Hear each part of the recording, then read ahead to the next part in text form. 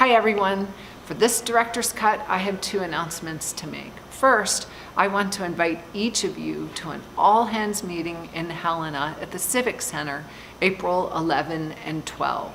This will be the first true all-hands meeting we've held as an agency. As I traveled around the state this summer, and I've heard from many of you how helpful it would be to get everyone together. I know costs are a concern, and I'm working with the divisions on how we pay for the meeting and run it as efficiently as possible. For example, that's why we're designing it so most of you only need to stay one night, and it's also why we're holding it in Helena. I've tried to think of other options, and in the end, an all-hands meeting is the best and the only way for us all to hear the same thing at the same time, and to learn from each other in one spot.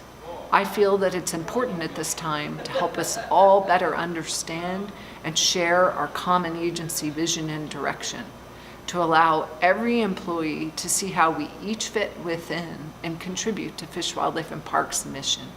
And importantly, it provides an opportunity to motivate all of us, the staff that do excellent work every day for Montanans and the resources we manage. The planning team is in place for this meeting, and we're still working out the details. I'll follow up with a fact sheet. Second, we've talked a lot these past months about branding, and I want to thank everyone who participated in the recent branding webinars. I've poured through the feedback and was incredibly impressed with the degree of participation and how thoughtful your comments were. The branding effort is the first time Fish, Wildlife, and Parks has consciously developed a strategy for communicating our broader impact to Montana and the lives of the people who live in the state and visit our state. It also provides us with the opportunity to create cohesiveness and a common sense of purpose. We need this.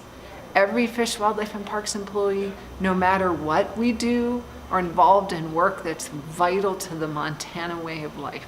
Our work's essential to a state that's celebrated and loved because of the outdoor resources we enjoy and care for. Ultimately, this branding effort will make the department more relevant, vibrant, and financially stable. I see it as a long-term investment that will pay off in many ways.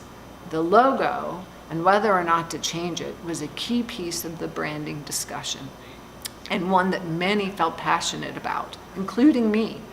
But after a lot of careful review and discussions, I've decided not to change the logo for now. We've said all along that branding isn't just about answering the logo question. It's about the broader issue of communicating the good work we do and developing a better sense of cohesion within the agency.